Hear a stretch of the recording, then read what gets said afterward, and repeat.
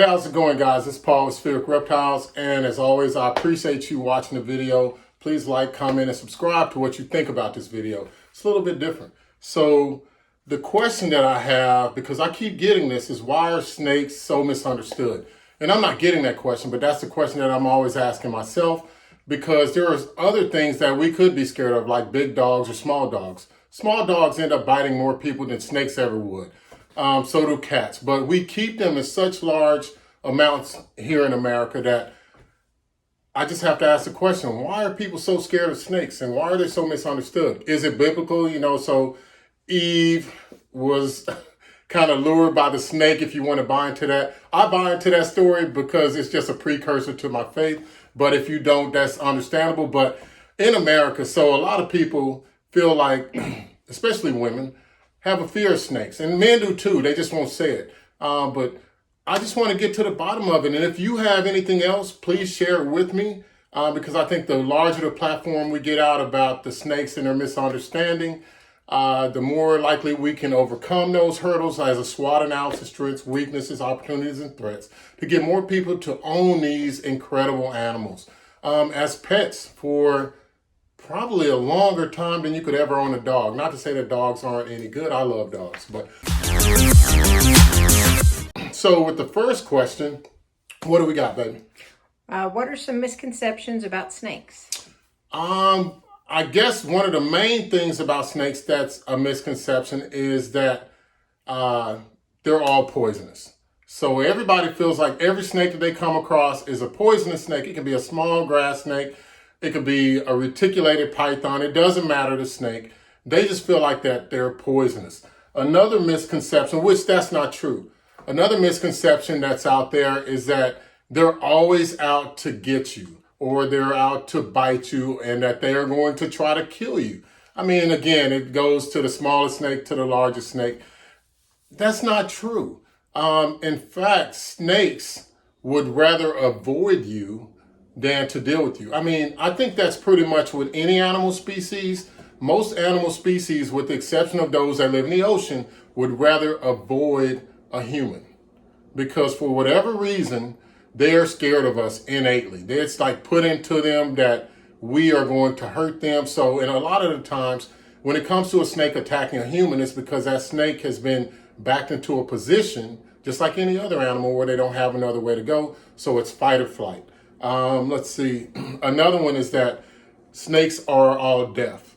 I think that's a misconception because they don't have any ears, but they do have a jawbone and their bones are a little bit hollow so that they can feel vibrations. And in fact, if you talk to your snakes in the same tone of voice, this is for people that are keeping them, of course. If you don't keep snakes, I'm pretty sure that you're not talking to snakes, but they will start to understand your voice. So if you speak a certain tone or if you play a certain music around feeding time or cleaning time, that's what typically I try to do, is talk in a certain tone of voice. And that way the snakes kind of know what time it is. So if it's cleaning time, I'm not saying anything. I'm just going in, but I make sure I tap on the cages, these cages behind me and below me. And I also speak in a certain tone of voice that I feel like gets the snakes to know me. Of course, their tongue flicks and they have chemoreceptions that goes across their Jacobson's organ, so they get to know how I actually taste. They do lick me and they taste the air around me. But that's it. And the last thing I think is, are they aggressive? Snakes in the same thing. If you back them up into a corner, they can be aggressive. But normally snakes are not aggressive. They would rather avoid you. So those are some misconceptions. Are snakes slimy?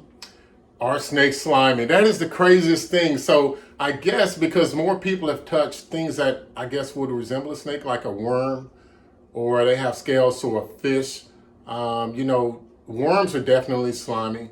I don't know why. They secrete the mucus on the outside of their soft bodies so that they can slide through the soil or wherever they're going through. The same thing with snails. Otherwise, they would dry out. So that's a protection for worms. And for fish, they're coming out of water, so they have different bacteria and algae on them that's beneficial to them. But whereas snakes, they're not slimy.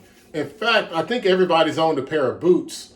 I know in Texas a lot of people just have boots, right? So When you put your foot inside of the boot and you feel it, if you have some snake skin boots or leather boots that are really soft, or antelope or any other type of skin, ostrich, you can feel how soft that is. That's exactly what a snake feels like, not slimy. But the best example I can give as to the exact texture would be corduroy. I started to say velvet, and it's kind of in between that, but think about the leathery feel. If you go with the grain, then you'll see that your snake is smooth. If you go against the grain, you'll see that it's not. And I'm just going to pull out a snake real quick so that I can show you.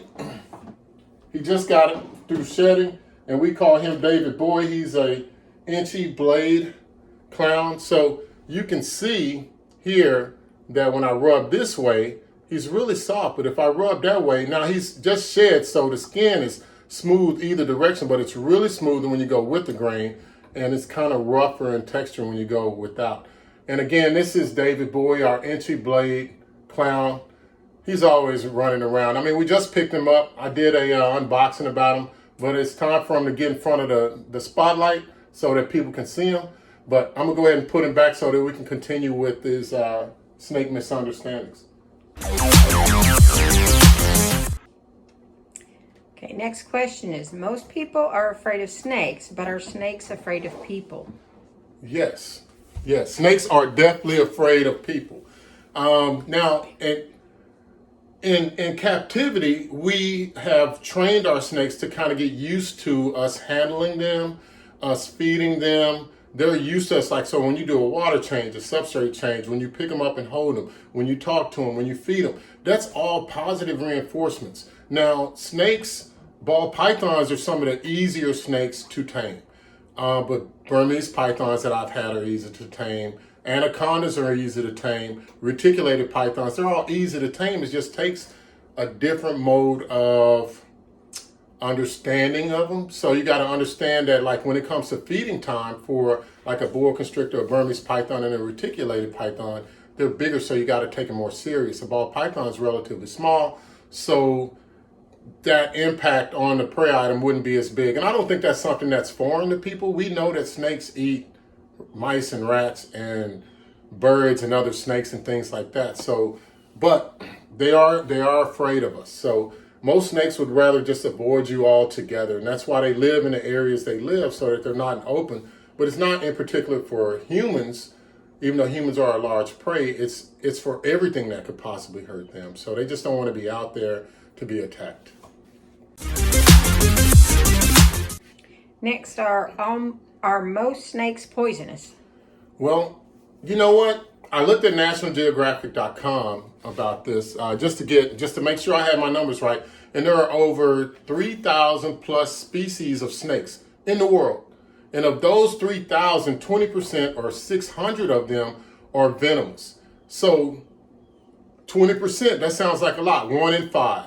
But 7% of that total number, so about 200, are able to kill or seriously harm a human. So if we take 200 snakes out of 3,000, that would show that, basically most snakes that you run across are not going to be poisonous. So if they have a rattle on them, if they have a pit viper head, not like the one, so on the front, there's for this thumbnail, there's a green tree python there. That is not a poisonous snake, even though they live in environments where you really wouldn't come across them, but they can inflict harm if they do bite you, since they do have some of the longest fangs.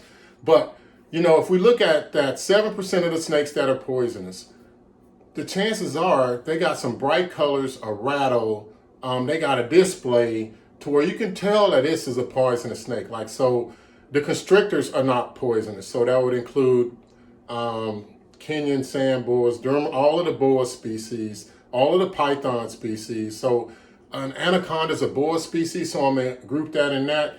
The rat snakes, the king snakes, the milk snakes, what else? Bull snakes, what else? Corn snakes, none of those are poisonous. Rosy boas are not poisonous. So if it has a viper or a rattlesnake name, or if it's a coral snake, or if it's a sea snake, which if you come across a sea snake, you got different issues. You got water and a snake. So all snakes in the ocean are poisonous. But just to let you know, guys, so here in Texas, we got the copperhead and the water moccasin. So, and we do have some rattlesnakes and coral snakes, but. So tell us how snakes are good for the environment. Okay, so the number one thing snakes do, because when I was in college, I used to always hear about these rattlesnake roundups. And I just thought, I was a biology major, and I was thinking, well, why are we going into their ecologies and rounding them up if there's not a problem? Well, the problem occurs when humans move into an environment where not just snakes, but any environment where there's something that can hurt a human. So we infringe upon their ecology, and then that's where people get bit. So we start building things, we start moving things. The snake is put in a situation where it's fight or flight, and then they attack. So just to avoid all of that, we need to think about the benefits of the snake in their environments, because wherever they are native to, they both have predators for them and they help control predation. So if we look at Nebraska, which I think this came from, science.com, this information from science.com, they had a statistic in there that, $20 million a year is done in damage to the state of Nebraska by just mice alone.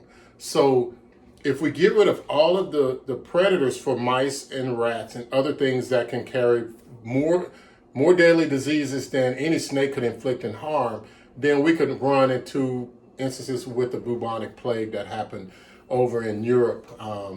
So we don't want to kill off all of the snakes, but that also brings up a question as to, like, if we look at Florida, I have to bring it up. And we've had a lot of things in the news about the FWC going in, and they did a massacre of this guy's collection of Burmese pythons. But in Florida, the Burmese python is an invasive species, as is the Nile monitor. But there's a lot of things that went wrong, which is why we have the CITES Act now. So support U.S. ARC, because the major thing that we can find out is that information is key. So if people have animals and then they get tired of them and then just release them, then you run the risk of that animal becoming an invasive species, whether it's a bird, a fish, a mammal, but in this case, a snake. So if we look at Burma, where the Burmese python has big cats, wild dogs, big eagles like the Harpy's eagle, they have king cobras that prey on them, and humans actually prey on and eat Burmese pythons where they're native to. The Burmese python is very in check. It's not invasive, even though at the larger numbers, it is an apex predator. But if you look at a clutch of 30, which is, I think it's the max for a Burmese python, and if you say that 8 of them reach sexual maturity, then and after that, they continue to have predators every year. So you're talking about frogs, fish eating them, everything else. But in Florida, I think the only predator that they have that's a predator that can actually get them are humans and alligators. So if you look at that percentage of eggs that are out there, then they overwhelm the environment. So that's why it's an invasive species to central to southern Florida, which is sad. But, hey guys, I hope this answered or debunked some of the misunderstandings for snakes. I just want the information to be out there, whether it's good or bad, because it's all about doing the research. The more research you can do, the better off you will be. But more importantly, I just want more people to understand that snakes that I love, which are reptiles, are incredible animals. And if you choose to own one, which I hope you do, then I want you to take all of the information, do your research, and then just do your due diligence as to how you care for them, and realize that this is a serious investment, just like a dog is a serious investment. So, hey guys, again, comment, like, subscribe to this, but let me know what you think about this, and enjoy your time with your reptiles, and enjoy your time with your family, and I'll talk to you again.